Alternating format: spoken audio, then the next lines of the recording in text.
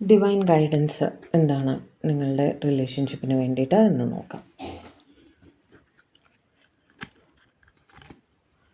Hiding true feelings, pretending and delude, gaslight and personify. അതായത് ഇവരിൽ നിങ്ങളുടെ person ഒരു പക്ഷേ അവരുടെ യഥാർത്ഥ ഫീലിംഗ് പുറത്തേക്ക് കാണിച്ചിട്ടുണ്ടാവില്ല.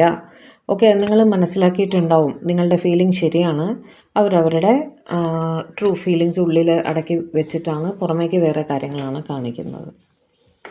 Happiness, enjoy, playfulness, enjoying each other, honeymoon phases. Already റിലേഷൻഷിപ്പിലുള്ളവർക്ക് വേണ്ടിയിട്ടുള്ള കാർഡാണ്.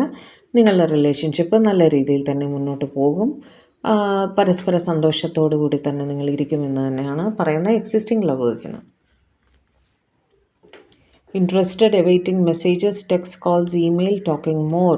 അവർ നിങ്ങളോട് സംസാരിക്കാൻ ആഗ്രഹിക്കുന്നുണ്ട് നിങ്ങളുടെ പാർട്ട്ണർ. അതാണ് ഡിവൈൻ നിങ്ങളോട് പറയുന്നത്. അതായത് നിങ്ങളൊരു ഫൈനൽ തീരുമാനം എടുക്കുന്നതിന് മുന്നേ, അതായത് ഈ പേഴ്സൺ ആണ് നിങ്ങൾക്ക് വേണ്ടി ലൈഫ് ലോങ് വേണ്ടത് എന്ന് ഒരു ഉറച്ച തീരുമാനം എടുക്കുന്നതിന് മുന്നേ അവരോട് കൂടുതൽ സംസാരിക്കൂ. അവരുടെ കാര്യങ്ങളൊക്കെ കൂടുതൽ മനസ്സിലാക്കാൻ ശ്രമിക്കൂ.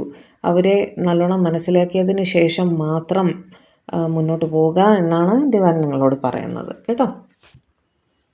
Death, the relationship is over, no second chances, grow and transform, what's dead is dead. ഇത് ഒരു കംപ്ലീറ്റ് ബ്രേക്കപ്പ് സിറ്റുവേഷനിൽ ഉള്ളവർക്ക് പറയുകയാണ്. ആ റിലേഷൻഷിപ്പ് കഴിഞ്ഞു എന്ന് നിങ്ങൾ മനസ്സിലാക്കുക. അതിൽ തന്നെ കടിച്ചു തൂങ്ങി നിൽക്കാതെ വേറെ ഇനി അതിലേക്ക് തിരിച്ചു പോകുന്ന കാര്യമൊന്നും ആലോചിക്കേണ്ട. മുന്നോട്ട് പോയവർ പോയി, നിങ്ങളും നിങ്ങളുടെ ലൈഫ് മുന്നോട്ടേക്ക് കൊണ്ടുപോവുക. അൾട്ടിമേറ്റ്ലി നിങ്ങൾക്കൊരു സക്സസ് ഉണ്ടാവും.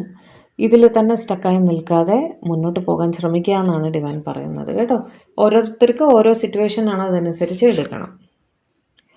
Ying Yang and balance, union and duality, compliment, polar opposites. നിങ്ങളിൽ പലരും ട്വിൻ ഫ്ലെയിംസും ആണ് കേട്ടോ.